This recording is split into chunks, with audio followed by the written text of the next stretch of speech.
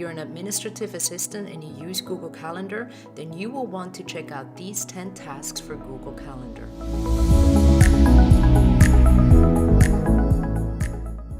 The first task is that of requesting access and viewing someone else's calendar. Now in Google Calendar, we're using Jane Example's account and we want to access Adam's account because Jane is the assistant. So if we go down to other calendars, you can click on the plus and then subscribe to calendar. And then you can go ahead and choose someone. So in this case, you could just go ahead and start typing. And here you go, Adam's calendar. We see he is the owner.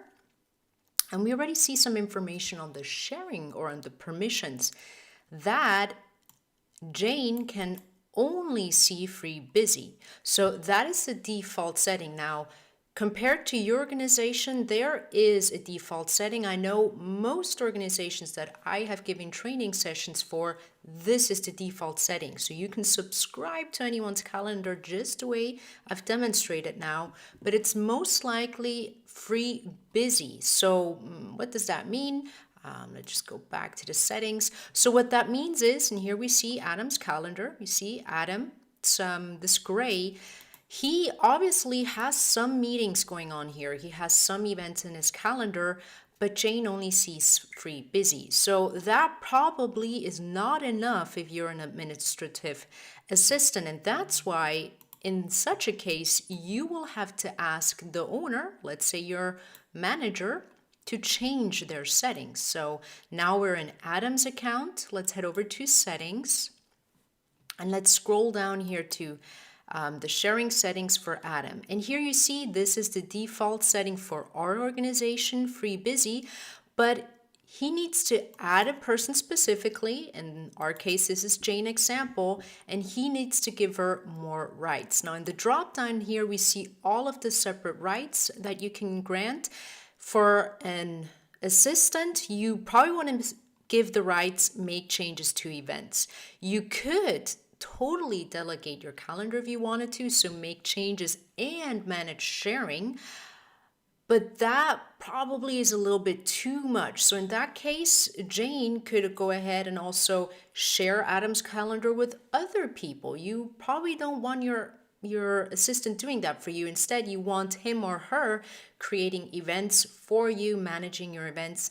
And if that is the case, then make changes to events is absolutely enough. You can say go ahead and send. There you go. And now Jane has the rights to not only see when Adam is free and busy, but also to create events in his name. I'm back in Jane's calendar and instantly we see the details now of these events in Adam's calendar. To make sure if you don't see that yet, refresh. And from now on, Jane has more access to Adam's calendar. Now, the way this worked was that I subscribed to Adam's calendar, and since in our organization there was already a default sharing there, I was able to add his calendar. If default sharing is turned off, so if you do not have the ability to subscribe to, let's say, your manager's calendar, when you try to subscribe, it will send out a request and the person will be able to answer. So, but I'm guessing that more likely there will be just a very minimum level of sharing, and then you will be able to subscribe, but you will have to ask your manager to give you more permissions on their calendar. The next task is creating an event on behalf of someone else. In Jane's calendar, let's say for next week here between 11 and 12, she has to schedule a meeting for Adam. So she simply adds a new event. I'm going to do so by clicking in. And currently her default calendar, so her own calendar, is active, but she needs to choose Adam's calendar. So you see she also has other calendar like team calendars. And in this case, she wants to choose Adam's calendar. There you go. And now maybe give it a title, demo about product. Go ahead and invite the people. So let's say I'm going to invite Chanel. And you can even have a look at the suggested times if you want to, whatever you need to do. The guest permissions if you want to change that. In our case, we're just going to add some XYZ description, maybe attach a document just to mimic that, let's say this here, select stock options. That sounds good. Now you can also go ahead and modify any of these settings if you need to and click on save. Send that out. There you go. So now we visibly see that this was created on Adam's calendar. So I'm currently in Jane's calendar logged in with her account, but I chose Adam's calendar, and that's why he is now the organizer, and the invitation goes out in his name. The next task is that of creating an event in a different time zone. Here we have our event, and have a look at this. You can click here on time zone and it expands this view. Then again, this is clickable and it shows you that you could schedule this event in a different time zone. Let's say, I don't know, +4 GMT. Just scroll ahead. There you go. I'm just going to choose one of these. Here you go. Like so. You could even have separate start and end dates. Okay. And I'm doing this with Adam's account again. So, okay. And there you go. Here, different time zone. So that's how you would use that functionality. Now, if you're wondering, did that really work with the time zones?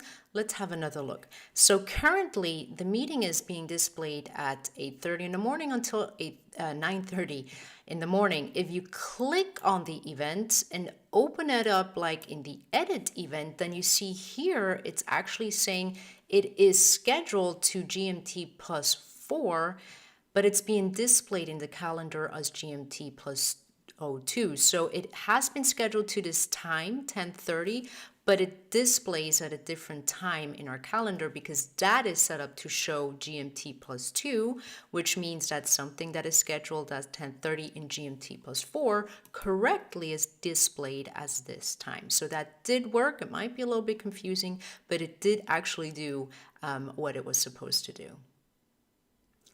The next task is that of accepting or declining events on behalf of your manager.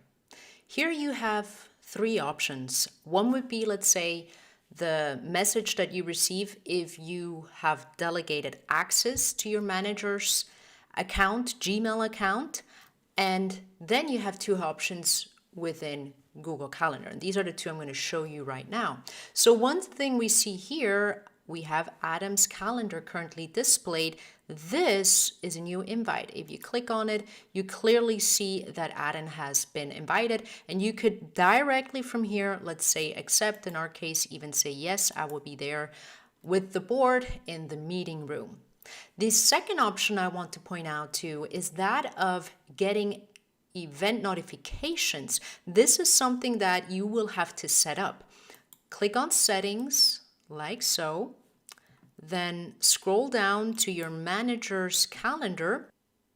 Then under other notifications, you can define for what situations you want to be notified, like new events have been added or events have been changed, maybe even canceled events. So depending on what you need for information. And here it's specified that you will receive email notifications. So this absolutely makes sense for like new or changed events that you can go ahead and accept these invitations. But you do have to be aware of the following. Opting into these notifications may alert and be visible to the calendar's owner. But I'm guessing since, you're the assistant, that's absolutely okay that the owner, in this case your manager, is notified that you have subscribed or have turned on notifications for their calendar. So that should be absolutely okay. If you need any more notifications, then you can also go ahead and set this here. I'm going to leave it for new and changed events. Since we've set up notifications for new events, here's how it looks. So we see there's an invitation that has been sent to Adam, and keep in mind, here we are in Jane's Gmail. We can go ahead and accept this in Adam's name. The next task is adding a note to an invitation response. Now, you can add notes to invites. So like in this case, we're going to add it now to an already existing invitation. This is something that Adam already replied to, or Jane replied to in Adam's name. You can expand this view and then add a note. And by the way, even if you click on add a note in the email notification that you receive, you will be brought to the same place. I think it's much easier to just add the note while you're in the calendar view. Here you might want to add will be running late, something like that, and just click on send. So let's have another look at that. It was here at the board meeting. So we see this is the view for Adam's calendar. How does it look for someone else? Let's say for the person who scheduled the meeting. Let me just go ahead and refresh this over here. And let me drag this here onto our screen. So we see that Adam's comment that was added by James in his name is visible here whenever you click on the event in the calendar, and also a notification was sent out to the organizer of this event with this note that was created. Next task is that of adding roll clocks. That is something we do in the settings. This might be useful if your manager travels a lot or just simply has meeting with people in different time zones. So we can click on show world clock and add our different time zones. So this is the default one. Let's just go ahead randomly and choose some others, like here you go, Pacific time, and maybe something more to the east, like so. Okay, now let's go back to our calendar to see what for an effect this has. There you go. And what I think is really nicely done, have a look what happens when I click into the calendar. Let me just go ahead and move that. So it would be 12 our time, and it also shows you what time that would be in the other time zones, which is super valuable when you're scheduling an event with people in different time zones. Next up is emailing all guests. That is also very easily done. Click on the event, then on this envelope icon, and then send out whatever message you want to. Automatically, all of the guests will be added here. But please note that when you do that, you as the assistant will be the sender of this email. So in this case, you would have to write it. Adam wants to let you know that you will have to bring XYZ to the demo or whatever. So it won't be actually sent out in Adam's name, but instead in Jane's name. The next task is how to notify guests of a change to an event. Let's say here, the demo about product, there's a change somehow, so we edit the event. Let's say the time changes, it's now at 11:15. We click on save, and that prompts us to add a message, the event has changed, and so on and so forth, and send that out to all of the guests, and automatically they will receive those changes. Let me just go ahead and quickly grab that over here so that we see that. There you go. So this is a message that the guests have received. And we see that something has changed. And you also, here you go, the event has changed. You also notice in this case, it is also again sent out in Jane's name. So we had no option of saying send it out in Adam's name. So just be mindful of that whenever you write your message for changed events. Next, we're going to look at how you can transfer ownership of an event to another person. We have here an event where Jane has invited Adam and Chanel, but she's currently the organizer.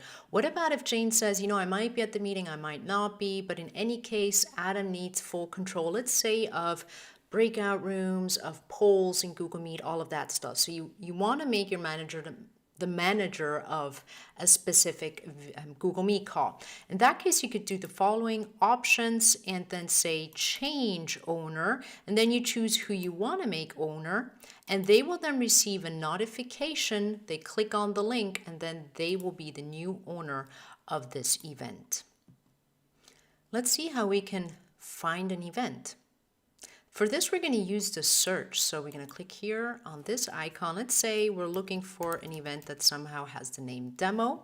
And we see that it looks through not only our calendar, so in this case, Jane's calendar, but also Adam's calendar. We can recognize that by the gray dot that we see. So here, let's say we're looking for this to demo about product.